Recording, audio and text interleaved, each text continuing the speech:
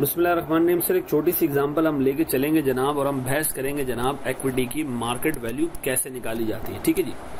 Equity की market value sir आप पूरे कोर्स में कई तरीके से निकालना सीखेंगे, उसमें से एक तरीका हम देख रहे हैं सर डिविडेंड डिस्काउंट मॉडल। ठीक है जी। सर फाइनेंशियल मैनेजमेंट ये कहती है कि आपने अगर किसी भी चीज की मार्केट, किसी भी एसेट की मार्केट वैल्यू निकालनी है, आप उससे मिलने वाले सारे कैश फ्लोज की present value of all possible cash flows from the asset, from that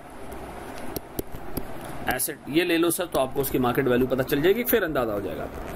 से मिसाल के तौर पर सर मेरे पास एक कंपनी है, कंपनी का नाम है से मिसाल के तौर पर ओजीडीसी। ठीक है जी। ओजीडीसी सर पेट्रोलियम सेक्टर में, ठीक है, ऑयल एंड गैस सेक्टर में। ठीक है जी। अच्छा, मैं as an investor, Ahmed Raza as an investor जो है वो as an investor petrol sector में अगर पैसे इन्वेस्ट करेगा तो रिटर्न 12% चाहेगा। ये मेरा रिक्वायर्ड रेट ऑफ रिटर्न है। ठीक है जी।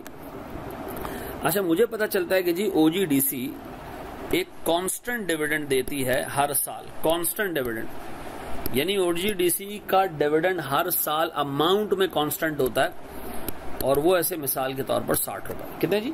60 रुपए एक शेयर का पर शेयर।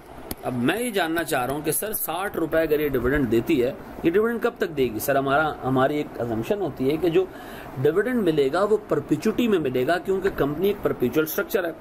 तो मुझे एक बात बताएं सर, ये अगले कई सालों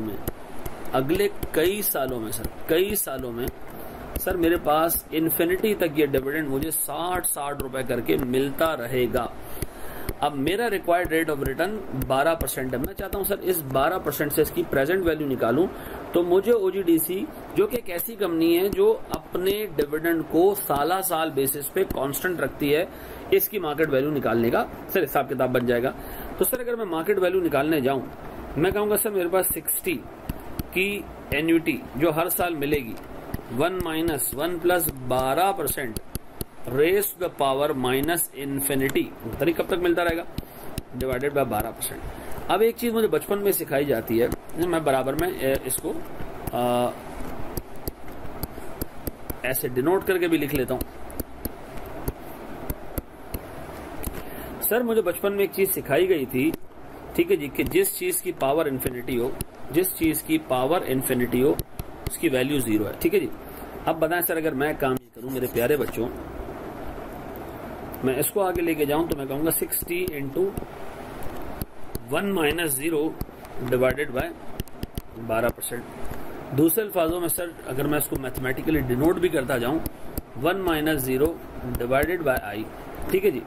और अगर मैं सर इसको समअप करूं तो sir this would be R/I, यानी सर सारे कैश फ्लोज की present value would be R/I। तो अगर ये R/I यानी सर 60 रुपए को मैं इस 60 रुपीज के अमाउंट को जो पर शेयर है सर मैं डिवाइड कर दूं किससे, सर 12% के रिक्वायर्ड रेट से, तो सर मेरे पास 60 डिवाइड बाय 12% ये बनता है सर लगभग कोई 500 रुपए एक शेयर की वैल्यू। ठीक है जी। 500 रुपए एक शेयर की वैल्यू बनती है। तो सर याद रखिएगा कि एक कंपनी जो कांस्टेंट डिविडेंड बांटती है उसकी मार्केट वैल्यू निकालना बहुत आसान है। आप सिंपली क्या करें सर, आप उसके डिविडेंड को जो कि परपेचुटी में मिलेगा सर डिस्काउंट कर दें कहीं से, तो आपको मिल जाएगा मार्केट वैल्यू। सर ये याद रखिएगा कि अगर आपने market value of a share मालूम करना है तो आप सर डिविडेंड को भी पर शेयर रखिएगा, उसको कहीं से डिवाइड करें। सर अगर आपने एंटायर कंपनी की मार्केट वैल्यू मालूम करनी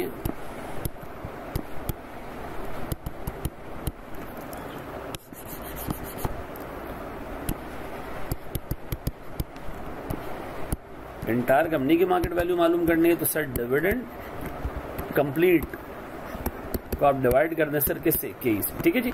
आई होप ये आपको समझ में आ गया होगा। Thank you very much.